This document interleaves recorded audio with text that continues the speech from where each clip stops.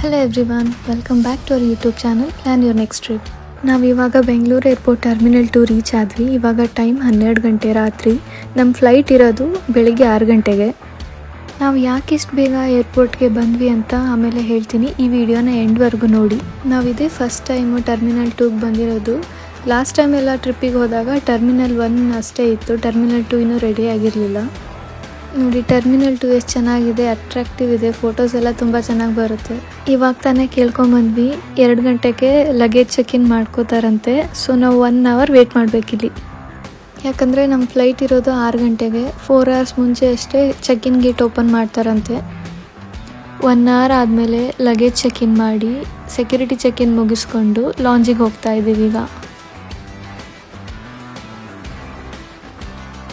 ನಾವು ಬೇಗ ಬಂದಿರೋದು ಇದೇ ಕಾರಣಕ್ಕೆ. ಟರ್ಮಿನಲ್ 2 ಲಾಂಜ್ ತುಂಬ ಚೆನ್ನಾಗಿದೆ ಅಂತೆ, ನೋಡೋಣ ಹೇಗಿದೆ ಅಂತ.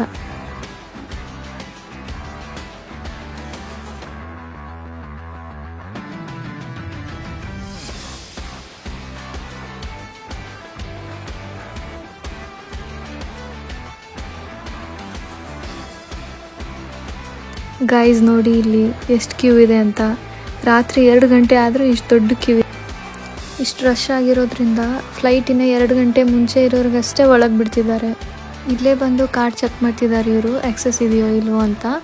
ನಾವು ಯೂಸ್ ಮಾಡ್ತಿರೋ ಕಾರ್ಡು ಟರ್ಮಿನಲ್ 1ಗೆ ಆ್ಯಕ್ಸೆಸ್ ಇತ್ತು, ಬಟ್ ಇವ್ರು ಹೇಳ್ತಿದ್ದಾರೆ ಟರ್ಮಿನಲ್ 2ಗೆ ಈ ಕಾರ್ಡ್ ಆ್ಯಕ್ಸೆಸ್ ಆಗಲ್ಲ, ಪರ್ ಪರ್ಸನ್ 2500 ರೂಪೀಸ್ ಪೇ ಮಾಡಬೇಕಂತ.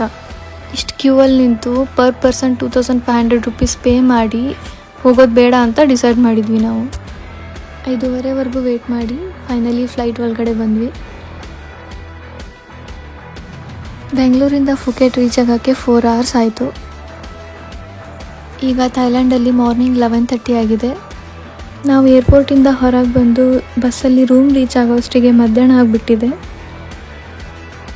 ಊಟ ಎಲ್ಲ ಮುಗಿಸ್ಕೊಂಡು ಸ್ವಲ್ಪ ಹೊತ್ತು ರೆಸ್ಟ್ ಮಾಡಿ ಪಟಾಂಗ್ ಬೀಚ್ ಬಂದಿದ್ದೀವಿ. ಈಗ ನಾವು ಬುಕ್ ಮಾಡಿರೋ ಸ್ಟೇ ಪಟಾಂಗ್ ಬೀಚಿಂದ ವಾಕೇಬಲ್ ಡಿಸ್ಟೆನ್ಸ್ 600 ಮೀಟರ್ಸ್ ಇದೆ ಅಷ್ಟೇ.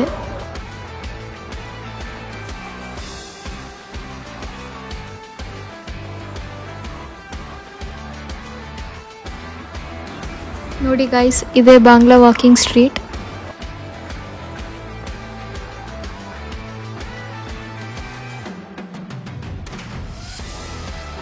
ನಮ್ಮ ಯೂಟ್ಯೂಬ್ ಚಾನಲಲ್ಲಿ ಥೈಲ್ಯಾಂಡಿಂದ ಆಲ್ರೆಡಿ 2 ವೀಡಿಯೋಸ್ ಅಪ್ಲೋಡ್ ಮಾಡಿದ್ದೀವಿ. ಟೈಮ್ ಇದ್ದರೆ ಚೆಕ್ ಮಾಡಿ ನೋಡಿ, ಲಿಂಕ್ ಡಿಸ್ಕ್ರಿಪ್ಷನಲ್ಲಿ ಹಾಕಿದ್ದೀವಿ.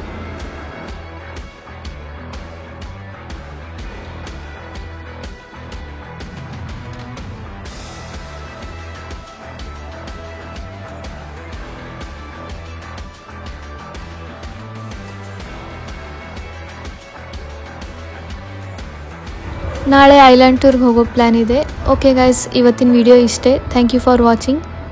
ಈ ವಿಡಿಯೋ ಇಷ್ಟ ಆಗಿದ್ರೆ ಒಂದು ಲೈಕ್ ಮಾಡಿ. ಬಾಯ್.